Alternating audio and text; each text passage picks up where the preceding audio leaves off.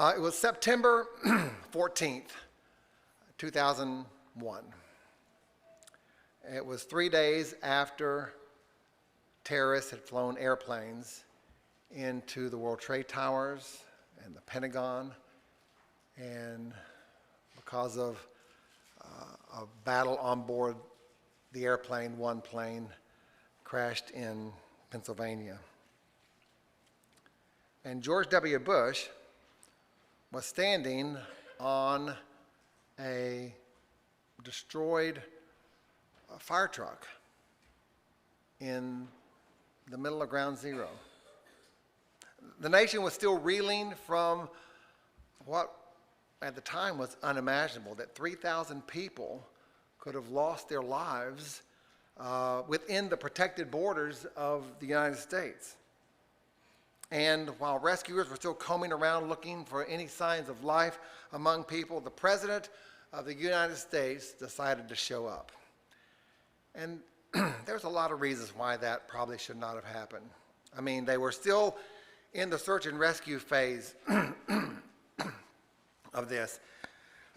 And it was a time when security and safety was clearly in question. The Secret Service couldn't even really lock down the area where the president decided to show up at. And even on a good day, when the president comes to town and shows up, it's chaos. But on this day, they needed no additional chaos. Oftentimes, what they'll do in times like that is they'll send a low-ranking official. They'll send somebody to stand in for the president. Somebody way down the flow chart, you know, they'll write a speech for him. It'll pass through a lot of agencies to make sure it's hopeful enough, but not antagonizing too much. And you know, they'll come and they'll give a nice little speech. But this day, the people at Ground Zero, and really the nation, didn't need to hear from the Undersecretary of Agriculture. This tragedy demanded the presence and the power and the promise of the President of the United States. I want you all to know that America today is on bended knee in prayer for the people whose lives were lost here, for the workers who work here, for the families who mourn. This nation stands with the good people of New York City and New Jersey and Connecticut as we mourn the loss of thousands of our citizens. I can hear you.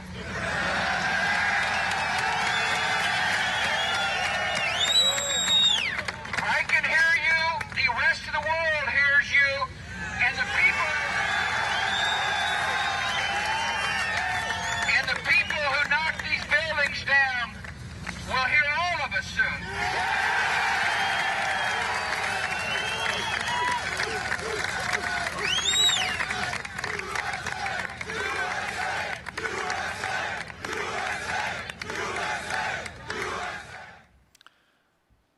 I'll say for a president who made up new vocabulary words on a regular occurrence, this was his finest hour. Isaiah also suffered his 9/11 moment. 7 years before Jesus was born, Israel's life was being threatened by an invading power, the Assyrian Empire. They were gobbling up small nations across the region. And in fact, they had just defeated their brothers to the north, the Samaria region. And now they had invaded the southern kingdom of Judah. They had encircled the city of Jerusalem, laid siege to it. And they waited for that stranglehold of a siege to snuff out all life in this city. Now, I'll give you a heads up, Jerusalem narrowly escapes this disaster. And if you want to know more about that, you've got to read it yourself. It's in Isaiah chapter 37, okay? I'm not going to give away the story.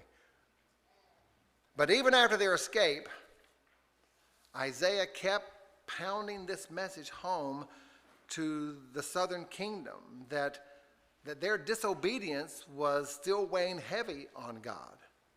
Here's what he says. This is Isaiah chapter 39, verse 6. The time will surely come. He says this to the king of Judah. The time will surely come when everything in your palace and all your predecessors have stored up until this day will be carried off to Babylon, and nothing will be left, says the Lord. Now, that's pretty interesting because Babylon wasn't even a world power then.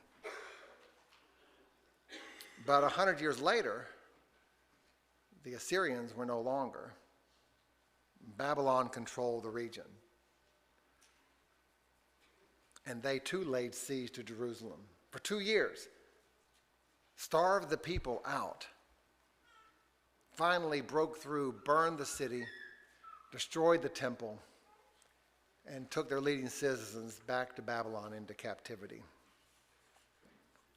It's in light of that 9/11 moment that Isaiah's lived through, a lot of it, that he wrote 4 songs in his long prophetic book. 4 songs that spoke of hope and of victory and of a glorious future that was in store for Israel. They're often called the servants' songs of Isaiah. And the writers of the New Testament cling to these 4 songs out of the book of Isaiah. They cling to it because they say Jesus is the one he's referring to 700 years ago as he wrote these songs. And as we're approaching Easter, I thought it'd be good for us to kind of hear what Isaiah was looking forward to as he anticipated the coming of the rescuer of Israel. They're not really delineated by chapter breaks in his prophetic book. In fact, there's some disagreement about where they end. Some think longer, some think shorter. But even in Judaism, they recognize these as the servant songs of Isaiah. Jews may attribute it to a different prophecy fulfillment, but everybody's in agreement, Jew and Christians alike, that these 4 songs are prophetic pronouncements of what's to come. And we get a glimpse of what Isaiah has in store for Israel, and hopefully for us too. So let me read this first servant song to us, all right? It's from the book of Isaiah, chapter 42. I'll be reading just verse 1 through 4. Here is my servant, whom I uphold, my chosen one, in whom I delight. I will put my spirit on him, and he will bring justice to the nations. He will not shout or cry out or raise his voice in the streets. A bruised reed he will not break, and a smoldering wick he will not snuff out. In faithfulness he will bring forth justice. He will not falter, he will not be discouraged until he establishes justice on earth. And in his teachings, the islands will put their hope. There's a lot of places we could go with this servant song, but I want to focus on 3 takeaways from it. The first one is this.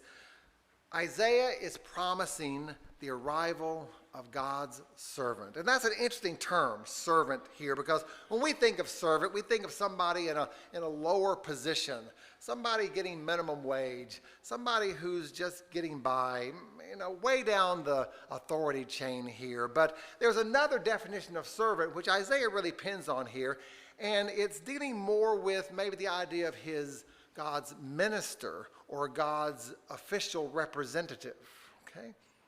And in that situation, he's saying, this coming person is my servant, the one I've pegged, I've chosen to fulfill the promises that I have for Israel.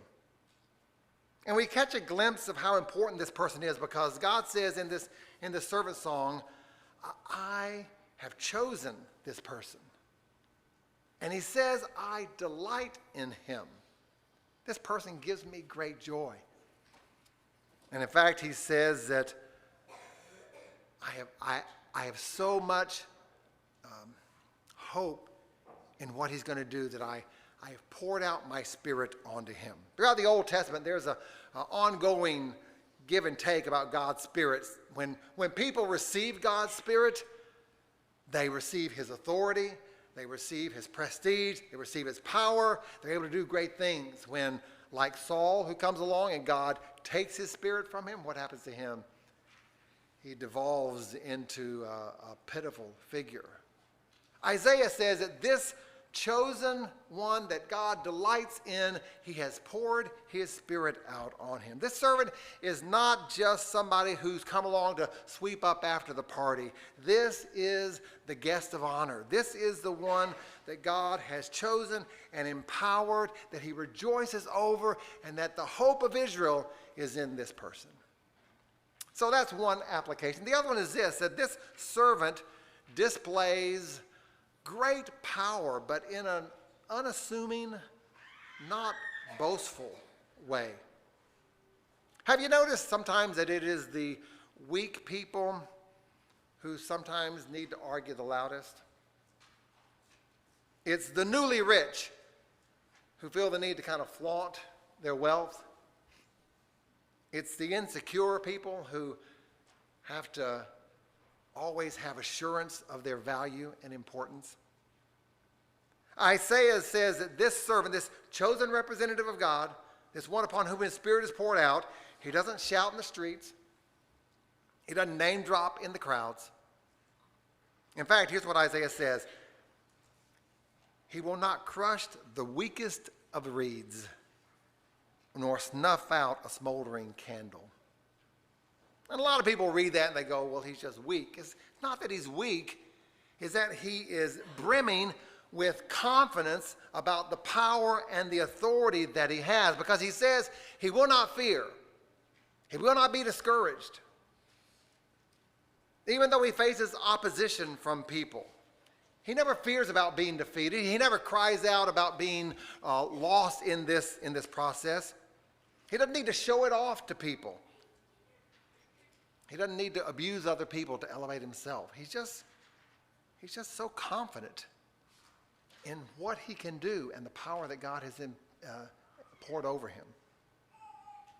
And the last application is this, that this servant that Isaiah is referring to is somebody who is tasked with the mission to bring justice across the globe.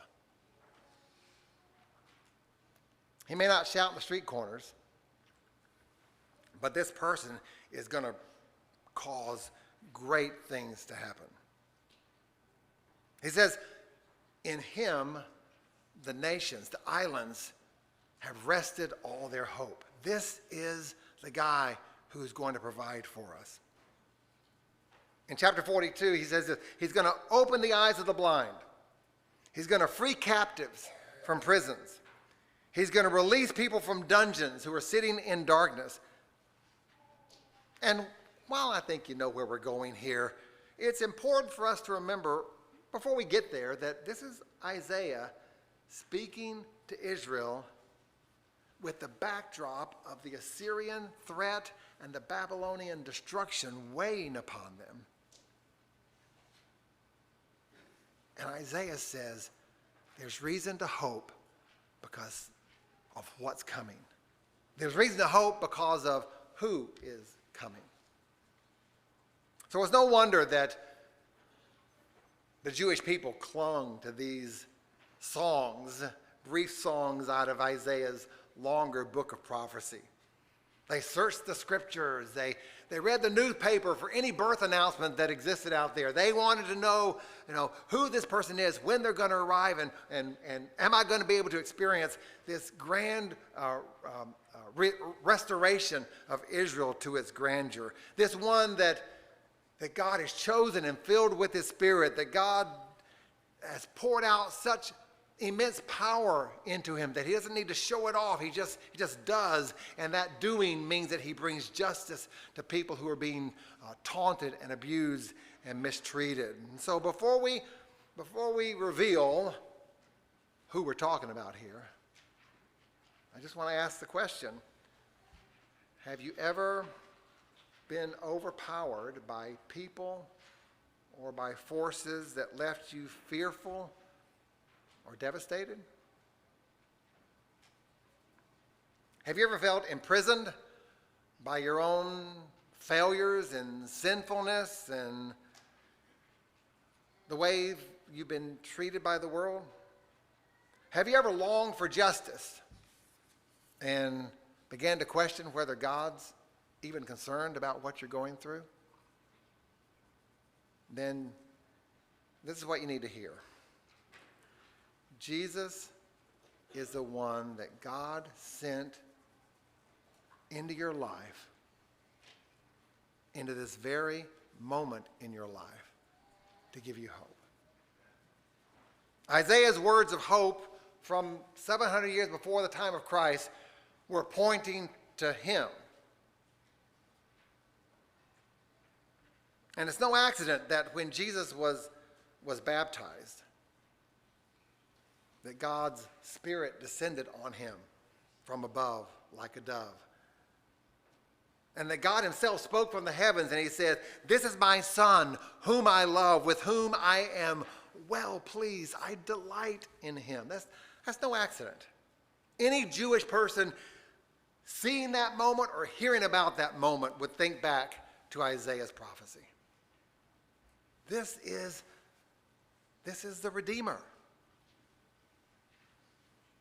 Jesus possessed such assurance of power and strength. He didn't fear anyone that opposed him. He didn't need to cry out or lash out in some last-ditch efforts of desperation. Even when he was on trial for his life. And accusers were yelling accusations and false accusations, but just throwing everything they could at him. And Pilate turns to him and he says, "Don't you hear what these people are saying about you? Don't you know that I have the power to free you or to crucify you?" Jesus calmly turns to him and he says, "The only power you have is what God gave you from above." And then he shut up. He didn't defend himself after that. Such stilled power and authority. But it was this quiet confidence that ultimately he used as he displayed that power to remove the guilt of sinful, the stain of sinful guilt from us, to eradicate our fear of our own mortality and what's to come. Even when John the Baptist, imprisoned, facing his own death, I think his faith beginning to waver a little bit, sends a messenger to Jesus and he says, ask him one more time for me. Are you the one? Now this is his cousin who was there at the baptism, who saw the Spirit, who heard the voice, and yet at this moment of just desperation says, Are you the one? And Jesus sends back a reply and he says, "Go tell John this. The blind are receiving their sight. The lame are walking again. Those who have leprosy are cleansed. The deaf hear, the dead are raised, and the good news is proclaimed among the poor." It's no wonder that when Matthew wants to confirm that Jesus is the ultimate Messiah and Savior that's been talked about throughout all of history, he says something like, "This is to fulfill what Isaiah said in his prophecy." And he quotes from this very statement. If you're in a 9/11 moment in your life right now, if everything you've trusted has seemed to crumble around you, if the fear is just pounding at your door relentlessly, wanting in, if you desperately cry out, if you're wondering where God is right now, does he really care about me?